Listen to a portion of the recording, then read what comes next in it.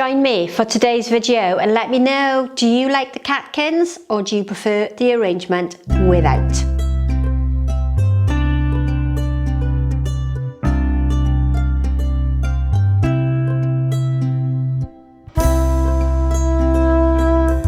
So welcome to today's video. I'm going to be creating a crescent shape arrangement in this lovely container.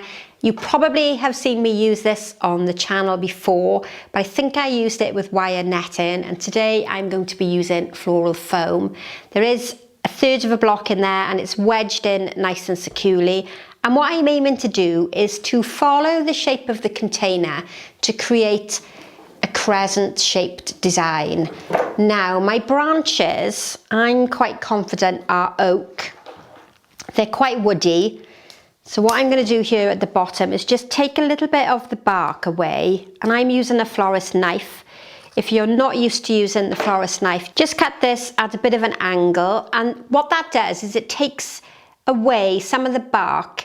That will open up more surface area so that it can take up water quicker, but it also means that round stem on the bottom isn't going to rotate so much in the foam, and it's going to anchor better into my floral foam. So I'm just going to take a little bit off. It's a bit like the saying that you can't put a square peg in a round hole. Because I have a squarer end, it's going to prevent it from spinning around. And what I'm going to do is place this quite deep into the foam so that it starts creating that sort of shape. And I'm hoping that I can find a longer, taller piece for the opposite side to maybe get the design to be a bit more asymmetric. So I'm thinking that rather than having the height equal on both sides, we can go a bit taller on one side. And normally I go taller on my left side. This I've done taller on the right, and that's because of the natural curve of that oak branch. I'm putting it really deep down into the floral foam, and it's almost sitting on the edge of my container. So the container itself is supporting the branch as well, but you can see there's a slight curve. I don't really think it matters. The front could be where you're looking at it now, or the front could be that position there. But because I've placed the branches more towards the back of the foam, that instinctively tells me this is the back of the arrangement, and I've got plenty of room to come forward with my different types of flowers. So that's the basic skeleton shape. Then I'm going to look for some smaller branches which are going to help connect this side to this side. So we don't want these like sort of dinosaur pterodactyl wings sticking out on the side. We need something that's going to curve around the front and join the two of them together. Now I'm using oak, or at least what I think is oak. This could be twisted willow, contorted hazel. It could be some artificial material that you might have in the house. But I'm just going to connect the two outside branches. I'm going to angle that slightly upwards, and I'm going to add some towards the front. Now the difference with the front is I'm going to angle this more downwards. That will give me a bit of a profile, and it'll stop the design becoming really flat here at the front. I think that one is a little too long, so I'm going to chop that off. Now you might be able to see the inside there of the branch stem, which sometimes looks a bit ugly, but by the time I've put a bit of greenery in there, hopefully we'll be able to hide that. You might not consider it an issue, but I know some flower arrangers really don't like where the bark is showing in the centre. And to add weight to the arrangement, because we need weight at the back, not just at the front, I'm going to add some more branches towards the back. Now if you think of floral design, we tend to keep adding all our flowers to the front because that's the part that we see, but it's important for balance that you also add some weight to the back. And that is my very basic framework. It is a bit gnarly and a bit clumsy looking at the moment, but by the time I've added my softer flowers, we're going to have a really lovely design. But you can see front to back, I've got material that will help with the balance. And we've gone slightly taller on one side But if I followed a circular link all the way around, we've almost got a circular shape there. So I'm creating part of a circle or a crescent. Now then, I've got some eucalyptus. This was also in the mixed bench, which I forgot to mention because I'd taken it out to use it in something else. I think it's a bit too heavy for this arrangement, so I'm going to put it to one side. But I'm going to use the pistache to cover some of my floral foam. So we're going to start down quite low and just tuck little bits of the pistache greenery in amongst the base. This is going to help cover my mechanics, but it also acts as visual weight, so it's going to draw your eye downwards. If you ever create a design that almost looks like it's hollow in the centre, almost sort of translucent, where's my bin gone? Then it's quite often because you don't have any heavier greenery towards the base. So that's the front. I'm just going to add a little bit more in at the back. I think I preferred the shape on this one. And then my basic mechanics are finished. Now, if you can't get hold of greenery, then you will need to have some extra flowers, but it's important that the foam is covered, or your wire netting if you're using chicken wire. But a good even coverage of the base is good to do at the start of the arrangement because you haven't got to fiddle right at the very end to try and squeeze small bits of greenery in after the design is complete. So that's my basic outline completed. Hopefully a really lovely shape coming from one side to the other. And now I'm going to start adding some flowers. The spray carnations I'm going to put in second. So I'm going to start with my roses. If you have an option, start with the flower head that's the smallest. I'm limited with the height of this arrangement by the length of my flowers. So I can only go as tall as my biggest rose. It's a straight flower, so it's not going to curve as nicely as my greenery. But I'm not going to worry because it'll almost create an optical illusion because your eye will instinctively follow the line material because it's a bit more dominant and your eye will curve round nicely. So we're going to start with a smaller one on either end and then the bigger, more open roses towards the centre.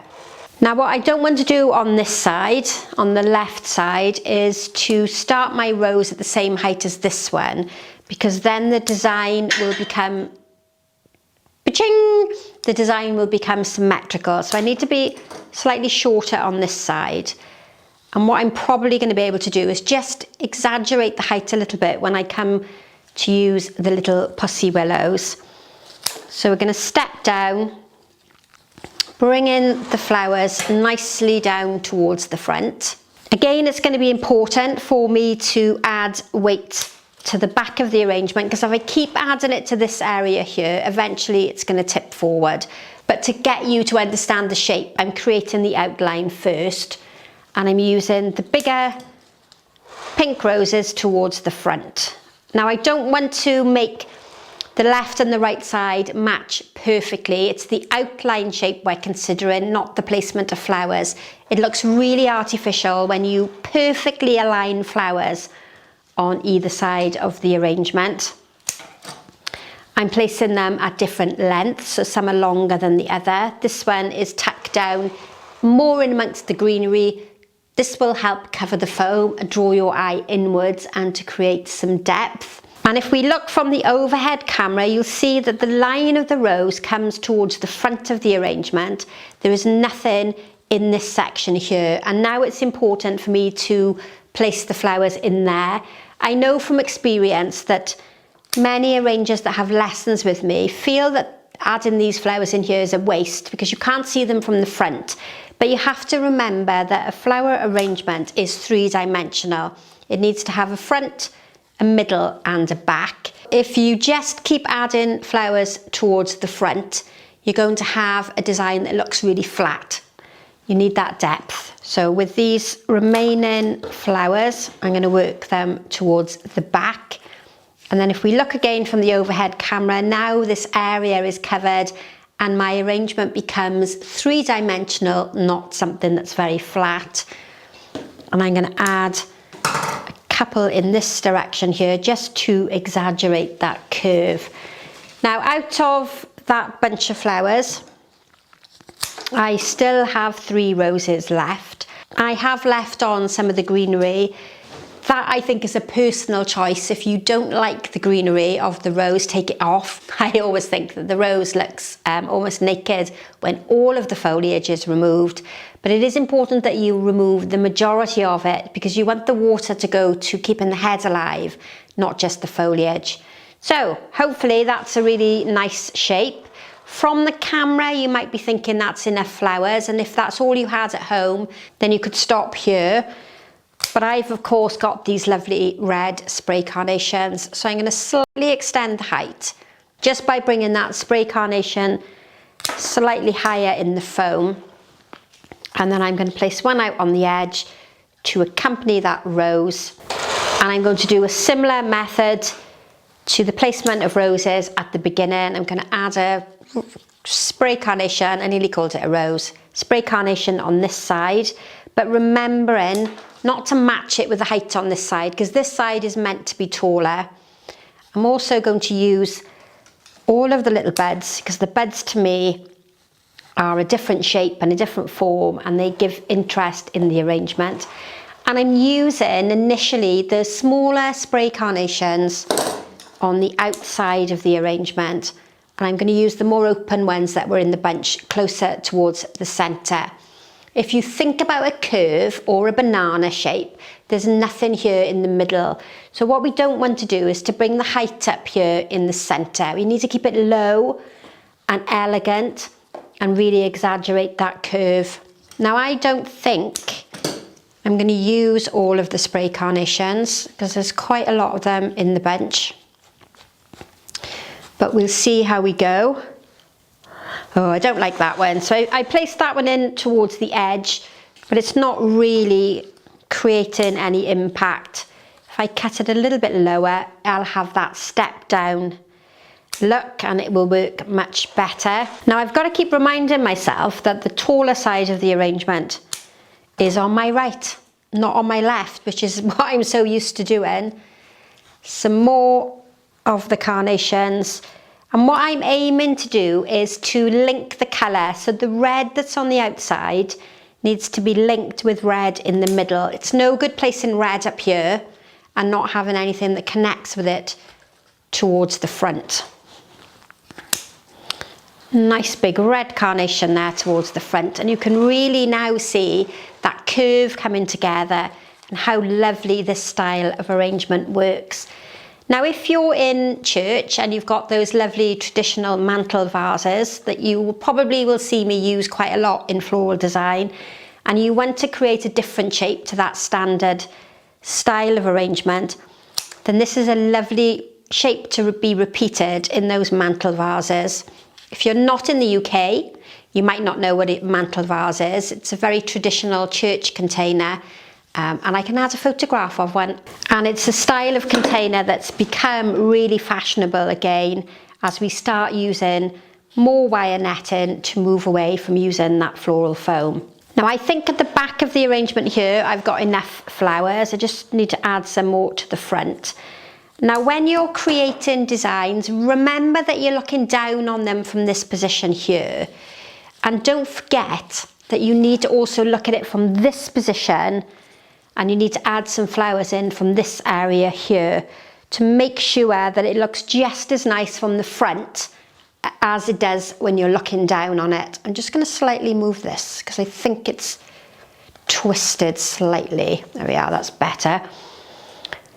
Now I could go on filling. I don't think I need to add all of the spray carnations. I can keep those for another design.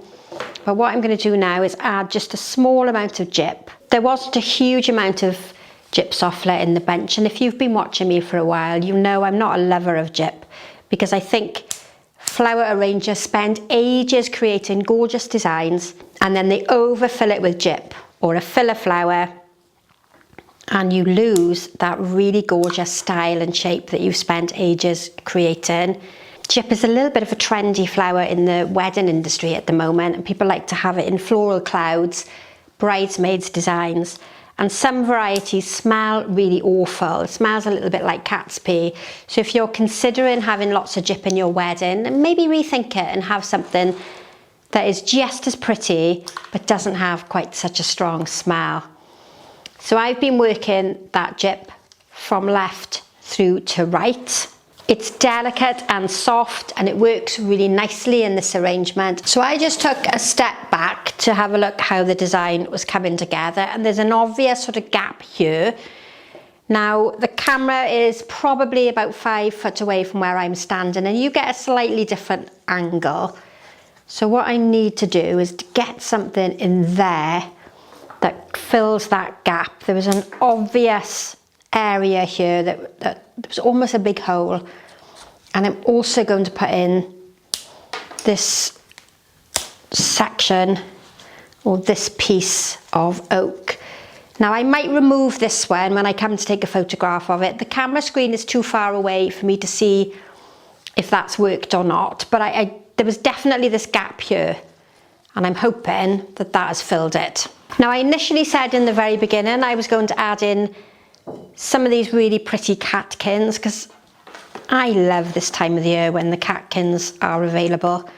So it's springtime here in the UK, so we have loads of little catkins, pussy willows all around us at the moment, and they are so delicate and so lovely. And I'm just going to add in a few. I think too many and it's going to spoil the shape.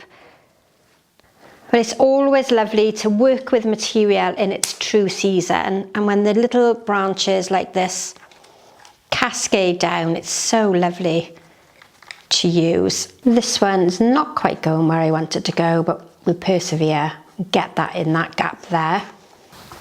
Now you might be able to tell at this stage I'm starting to fight to get the material in, and that's normally an indication that your foam is full and it doesn't want to accommodate any more stems. So I'm going to persevere with just 2 or 3 little pieces to come over the front. Now if you can't get hold of the little catkins like I can, they're really easy for me because I've literally just got to walk out onto the road and pick some. But if you can't get hold of anything like this, then don't worry, just make the arrangement with the flowers that you can get hold of. Or maybe let me know what you can use that's growing in your area that I might not be very familiar with.